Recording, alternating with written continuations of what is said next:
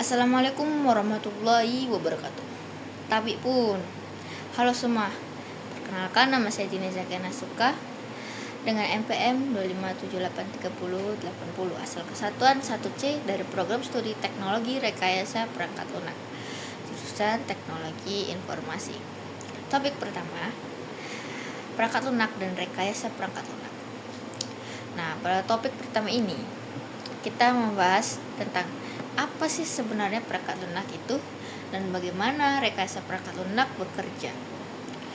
Perangkat lunak sendiri adalah komponen yang tidak berwujud secara fisik, tetapi sangat berperan dalam menjalankan berbagai aktivitas digital.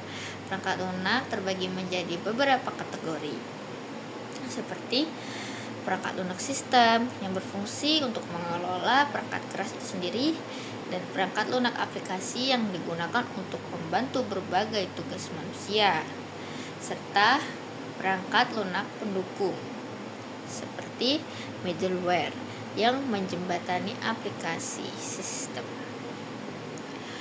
Untuk memastikan perangkat lunak dapat berfungsi dengan baik, muncullah bidang rekayasa perangkat lunak.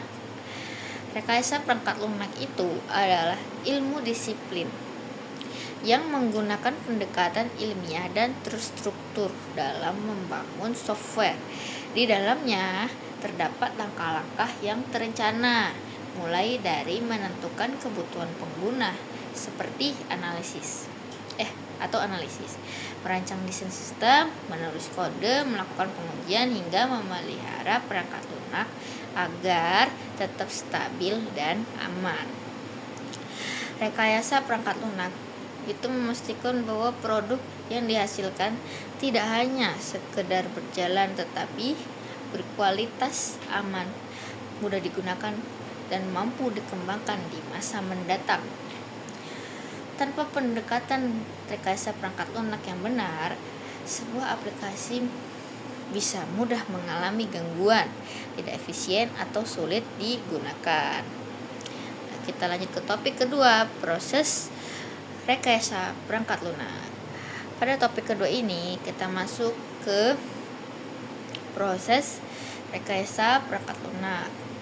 Jika sebelumnya kita memahami konsep dasarnya, proses ini membahas bagaimana seluruh tahap pembangunan perangkat lunak dijalankan secara menyeluruh. Proses ini biasanya mencakup sebuah aktivitas inti seperti mengumpulkan kebutuhan, menganalisis masalah, merancang solusi, membangun perangkat lunak, melakukan uji kualitas, hingga melakukan pemeliharaan setelah sistem digunakan. Setiap proses rekayasa memiliki ciri khas tergantung metodologi yang digunakan oleh tim. Beberapa organisasi menggunakan pendekatan yang sangat terencana dengan dokumentasi lengkap, sementara sebagian lain menggunakan pendekatan yang adaptif dan fleksibel. Hal ini tergantung jenis proyek, sifat perubahan yang mungkin terjadi, dan sumber daya yang dimiliki. Proses rekayasa perangkat lunak juga melibatkan berbagai peran, mulai dari analisis sistem, desainer, programmer, penguji, hingga manajer proyek. Masing-masing berkontribusi agar hasil akhir sesuai dengan kebutuhan pengguna. Proses inilah yang memastikan bahwa pengembangan perangkat lunak bukan sekedar menulis kode, tetapi merupakan kerja tim yang terorganisir. Lalu kita masuk ke topik ketiga, yaitu analisis dan desain sistem. Topik ketiga ini membahas analisis dan desain sistem. Dua kegiatan penting yang menentukan arah pembangunan perangkat lunak. Analisis sistem merupakan tahap pemahaman yang mendalam mengenai kebutuhan pengguna dan masalah yang ingin diselesaikan.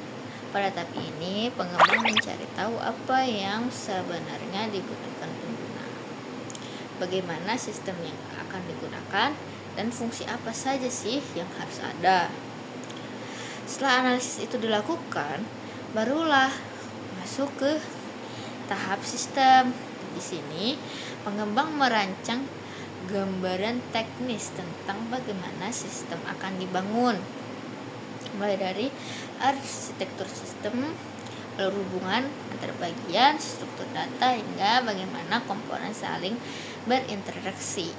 UML atau model pemodelan tertentu bisa dipakai untuk menggambarkan analisis, desain. Namun, dalam konteks narasi video, cukup dipahami bahwa desain adalah proses menerjemahkan kebutuhan menjadi rancangan yang siap dibangun. Tanpa analisis yang baik, sistem bisa salah arah. Tanpa desain yang matang, pembangunan bisa berantakan.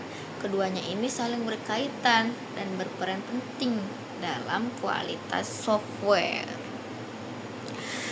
Topik keempat, SDLC atau Software Development Life Cycle. Ini model-modelnya itu adalah model-modelnya ada banyak. SDLC atau siklus hidup pengembangan perangkat lunak merupakan kerangka kerja yang menentukan bagaimana perangkat lunak dibangun dari awal hingga selesai. Ada beberapa model SDLC. Masing-masingnya itu punya karakteristik tersendiri. Pertama itu ada model waterfall. Model ini bersifat berurutan. Setiap tahap harus selesai sebelum masuk tahap berikutnya. Cocok untuk proyek dengan kebutuhan yang sudah jelas sejak awal. Kedua, V model. Model ini mirip waterfall tetapi lebih menekankan kepada kegiatan pengujian yang dipasangkan dengan setiap tahap pengembangan. Model ini banyak digunakan untuk sistem-sistem yang memerlukan validasi ketat seperti peralatan medis atau penerbangan. Yang ketiga itu model iteratif atau incremental. Pada model ini perangkat lunak dibangun bertahap dalam beberapa versi. Setiap versinya itu menambah fitur baru. Pengguna dapat mencoba versi awal sebelum sistem selesai sepenuhnya, sehingga pengembang dapat melakukan perbaikan lebih cepat. Yang keempat, model spiral. Model ini menggabungkan pendekatan iteratif dengan fokus kuat pada analisis risiko. Setiap tahap pembangunan dimulai dengan identifikasi risiko dan strategi mengatasinya. Karena itu, model spiral cocok untuk proyek besar dan kompleks. Yang kelima, model Agile Development. Agile adalah pendekatan yang fleksibel, adaptif, dan berorientasi pada kebutuhan pengguna. Perkembangan dilakukan dalam proses singkat yang disebut iterasi atau sprint. Setiap iterasi menghasilkan versi kecil dari produk yang langsung bisa diuji. Pendekatan ini sangat populer untuk aplikasi modern yang sering mengalami perubahan. Yang keenam ada Rapid Application Development. Pendekatan ini menekankan pembangunan sistem secara cepat dengan memanfaatkan prototipe dan umpan balik langsung dari pengguna. Ini sangat cocok untuk proyek yang perlu divalidasi secepat mungkin. Ketujuh, DevOps. Ini sebenarnya lebih ke budidaya kerja yang menggabungkan pengembangan dan tim operasi sih. DevOps ini menekankan optimalisasi pengujian terus-menerus serta penerapan perangkat lunak yang cepat dan stabil.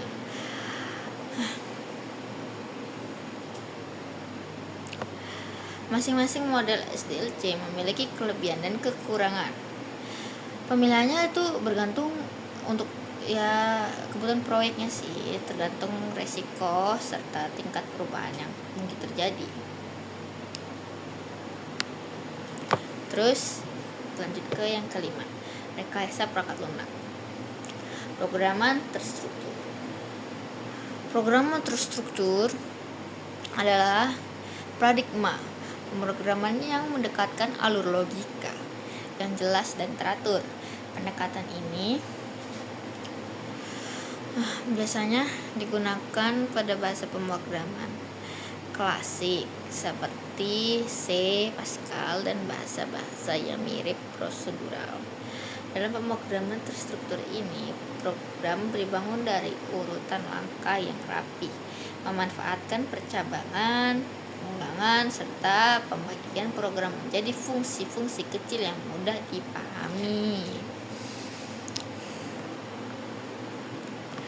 Tujuan dari programan terstruktur adalah menjadikan program lebih mudah dibaca, diuji, dan dikelola.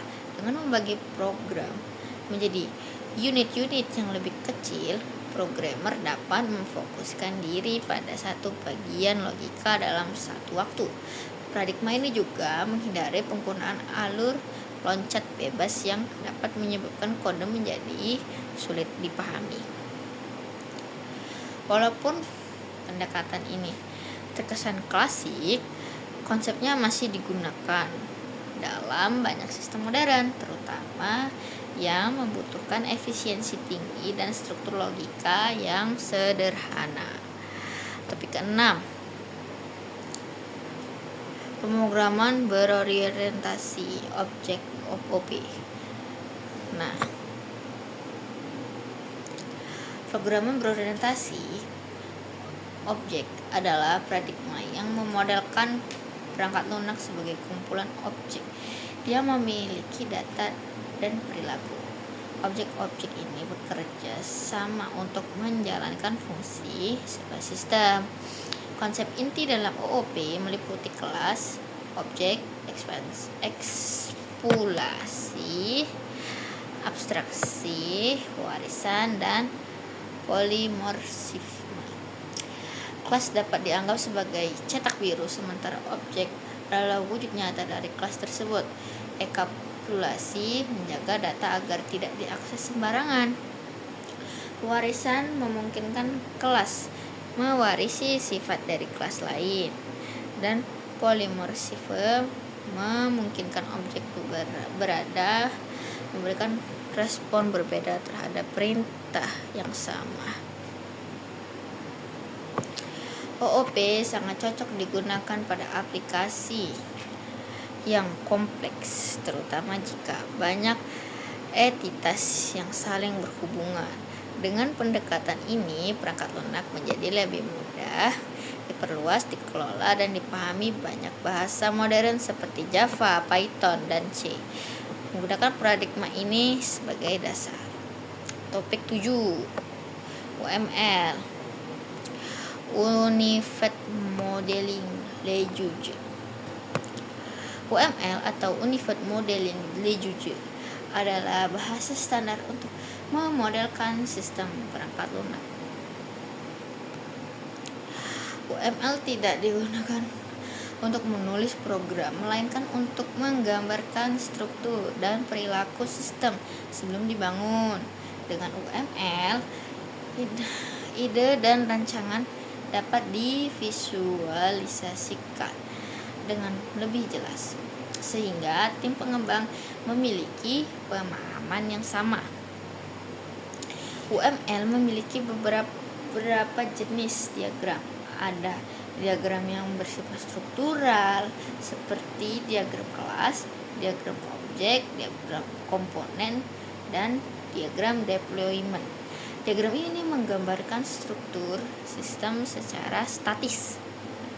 Ada juga perilaku seperti diagram aktivitas, diagram use case, diagram urutan, diagram keadaan, diagram perilaku yang menunjukkan bagaimana sistem respons tindakan pengguna dan bagaimana aliran proses terjadi dan bagaimana proses saling berinteraksi. Dengan adanya UML, komunikasi antara anggota tim menjadi lebih mudah. Pengembang dapat melihat gambaran besar, sistem desainer dapat merancang alur dengan lebih jelas, dan penguji dapat mengetahui skenario yang perlu diuji. UML itu menjadi alat penting dalam rekayasa perangkat lunak modern. Sekian dari saya. Bila ada salah, saya mohon maaf. kepada Allah saya mohon ampun. Wassalamualaikum warahmatullahi wabarakatuh.